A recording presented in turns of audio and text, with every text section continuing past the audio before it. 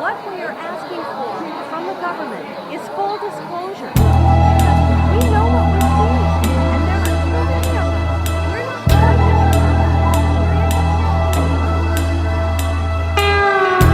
As I gaze upon the annals of time, one thing that comes through: we are not alone in this universe. It's a thought that rings true. Ancient cave dwellers drew spacecraft on the walls. It's a recurring theme. I've seen the same thing while walking late at night, and I know it's not a dream. From Amsterdam to Manhattan, Boston to LA, there are people asking questions and they will not go away. But what has been seen might not be what it seems. The government's shadows dance and deceive.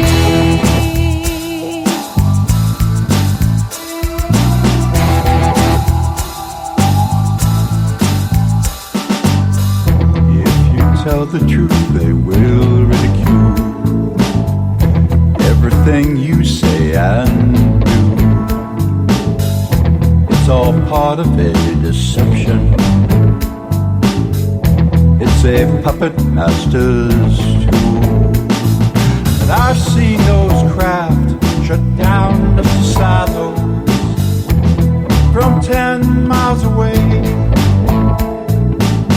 And there ain't nothing that the Pentagon can do. They can't make them go away. From Amsterdam to Manhattan, Boston to LA, there are people asking questions and they will not go away. But what has been seen might not be what it seems. The government's shadows dance and deceive. From Amsterdam to Manhattan, New York to LA, you can't get the picture if they're pale or they're gray. But what we have seen might not be what it seems when the government's shadows dance and deceive.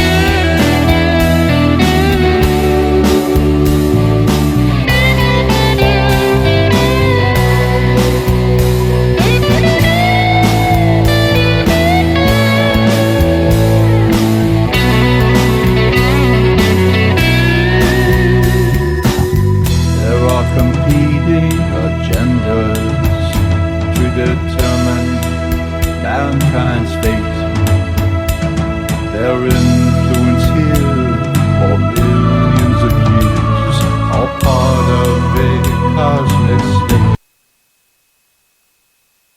You are all.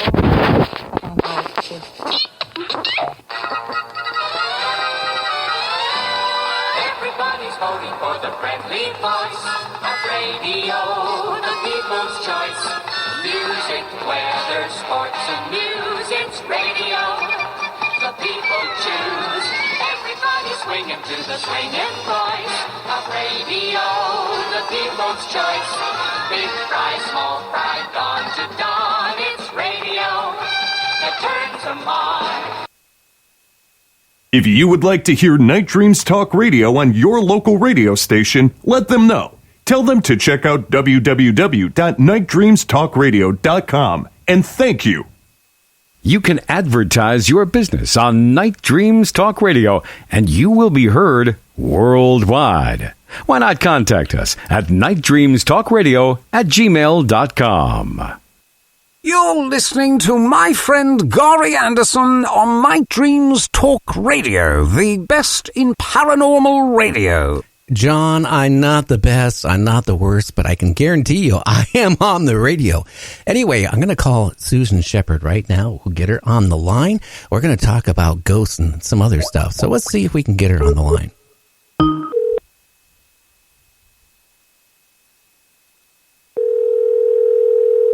I tell you, the weather is beautiful up here in Gig Harbor. Hello. Hi, Susan. This is Gary from Night Dreams Talk Radio. How you doing, kid? I'm doing good. I'm right here. Well, why don't you tell the listeners a little bit about yourself? Oh, right now? Okay. Well, hello, listeners. My name is Susan Sheppard. I grew up in Doddridge County, West Virginia. West Virginia is very active with paranormal activity. Of course, the most famous being the Mothman. And I grew up near, the first Mothman sightings was with the Partridge family. I know that sounds strange, but that happened about an hour before the sighting. When you say the Partridge family, I want to sing right away.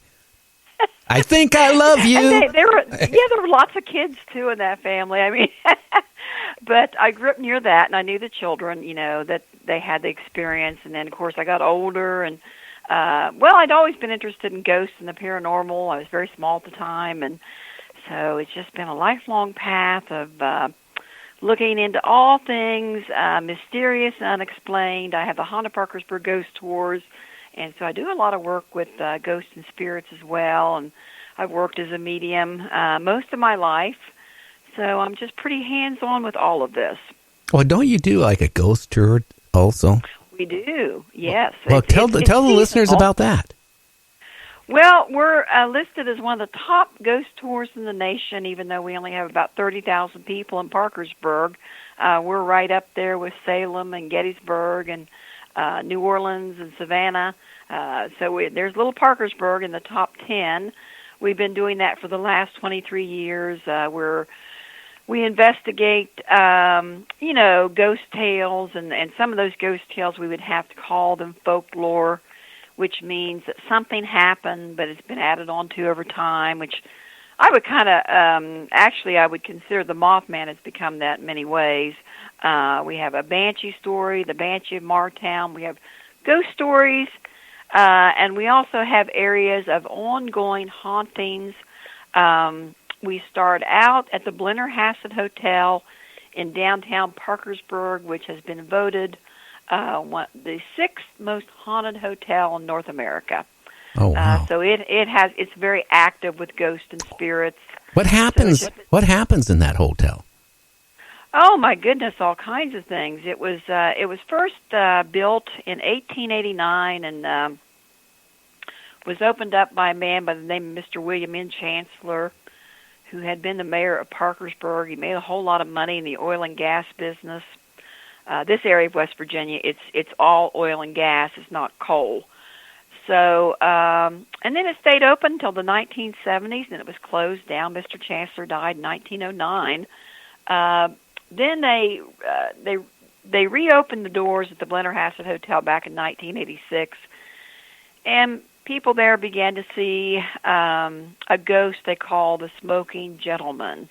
And this Smoking Gentleman, they will associate cigar smoke with this ghost. And people that have actually seen him, which of course is very rare to see a full-bodied apparition, but the people that see the ghost say it's Mr. Chancellor, the builder of the hotel. And it's got any number of poltergeist areas. It's got a woman that screams. They've got a ghost called the 4 o'clock knocker that knocks on one of the office doors at exactly 4 a.m. in the morning. A woman in white associated with the elevators, a sea captain they will see in the mirrors. So it's got about 13 ghosts in that hotel. So that's where we start out. And were these like 13 ghosts of people that had died in that hotel? Well, I don't necessarily think people have to have died somewhere to create a haunting, because they have one particular ghost that's a little newspaper boy, and they will see him in the kitchen area of the hotel and down near the break rooms, which is in the basement. There used to be a newspaper stand on the back of the hotel back in the 1920s and 30s, but there's never been any report of any little boy having been killed there. So, such as Mr. Chancellor's ghost, he seems to be more of the type of unfinished business where he invested a great deal of his energy into the hotel, passed away, and I think he just comes back and checks on the way things are. And they will see his ghost most often when they're doing renovations, which is very typical in hauntings. If you live in an older home and you want your house to be haunted, just start renovating it. Oh, wow. Wow. That tends to really stir them up. Yeah, renovations, and that's when they will see him. Well, yeah, I But always, actually, Susan, go ahead. I was going to say, I always thought that when a place is haunted, that somebody had to die there, but maybe it was a place that they loved and enjoyed. Oh, absolutely. And- I get so many messages from people. I don't think anybody died in here, is what they will always say. And I would usually say, you don't have to die in a place to haunt it. They're usually tied to it in some way. So many of these types of ghosts and apparitions, they're what you would call place hauntings or residual hauntings, where it's just sort of like it's like watching a television show. It's just an image, and you can see the ghost or spirit, or you can experience them, but they really can't see you. And there's a way of telling what kind of ghost that you have. Usually if you have a place haunting or a residual spirit, they will appear in the same spot. They will do the same thing.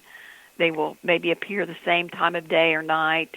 They might appear on an anniversary, and they don't move out of a place. And usually that kind of spirit will fade over time. And usually you have to recharge that area. You can recharge it by renovating, bringing in a psychic, doing historical reenactments that will recharge an area. But if you got an unfinished business spirit like Mr. Chancellor's, which he's seen throughout the hotel, you will see them in different areas. Usually, sometimes they'll say something, or usually they will convey some kind of an expression, either happiness or sadness or worry, and then they will fade. So his ghost is seen, just about anywhere. It's been seen in the library and up in the hotel rooms and in the restaurant area and even outside the hotel. Now, when we don't see his ghost, I saw his ghost one time, and it surprised me because I know how rare it is to see a ghost or an apparition.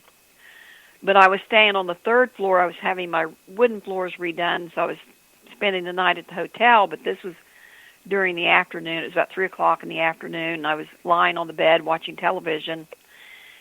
Began to drift off to sleep. It felt like somebody ran into the bottom of the bed. The bed shook. I opened my eyes. I saw an older gentleman walking away from the bed, and he was wearing the gray suit that Mr. Chancellor is always described to be wearing. And I could see that his hair was gray. I could see it was an older gentleman. So I believe that was his ghost, and that was extremely rare to see it.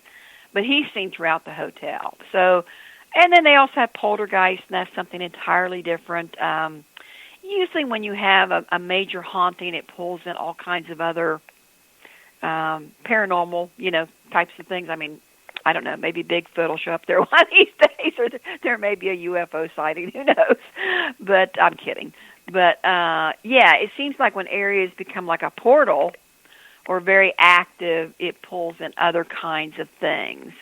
And there's not a single ghost down there, really, I would be afraid of in any way. And when I saw him, it was so quick. It was almost like a flicker of lightning.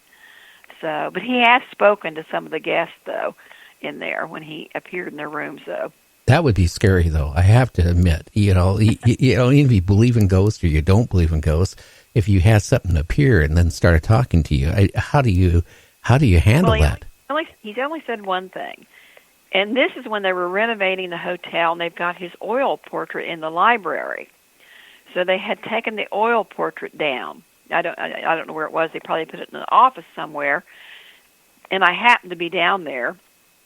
I said, "You are putting up Mr. Chancellor's portrait. You're putting that back in the library, right?" Because I knew that he wants to be remembered. I said, "Oh, yes, we will." But during that time, there was a young couple staying at the hotel, and that time he appeared on the second floor.